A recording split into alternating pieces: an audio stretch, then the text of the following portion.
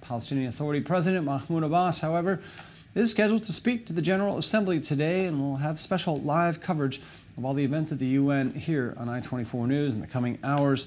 In the meantime, we're joined by our diplomatic correspondent Mike Wagenheim, standing by there in New York. Mike, give us a preview of what does Abbas have planned exactly at the UN today?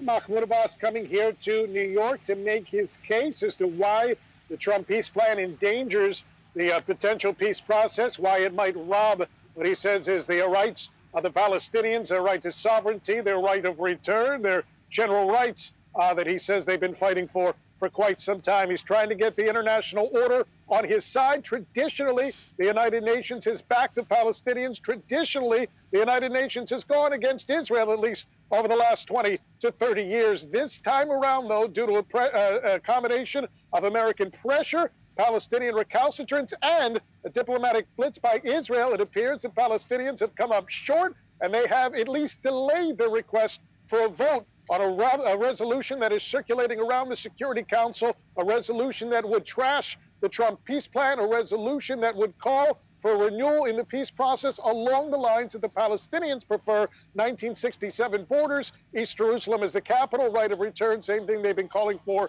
decades now. However, as you mentioned, David, doesn't look like they have the support, certainly not the vast support of the 15-member Security Council, and maybe not even the 9 members that they need to get that resolution passed, a resolution that would ultimately be vetoed by the United States in the end.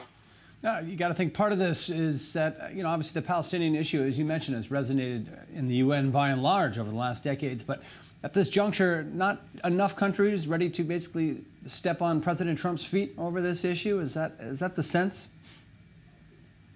Stepping on President Trump's feet, yeah, but there are countries right now that have a number of different interests. Number one, there's certainly pressure coming from the Americans, reports even that they were threatening financial retribution for some countries that are receiving aid that wouldn't get it if they voted against the U.S. on this particular measure. There are other countries right now that just want to get the peace process restarted and are seeing that Donald Trump is making an effort in his own way, certainly, but making an effort, and they don't want to throw cold water on that effort, and are trying to bring everybody to the table and saying that this resolution, if it's passed, would simply, put everything back at square one. Number three, the Palestinians have traditionally, historically rejected every peace offer. They're not moving off their goals, off their demands, and I think some countries are simply tired of that. And number four, more countries are coming to Israel's side, not necessarily on this particular matter vis-a-vis the Palestinians, but other issues, economic issues, counterterrorism issues,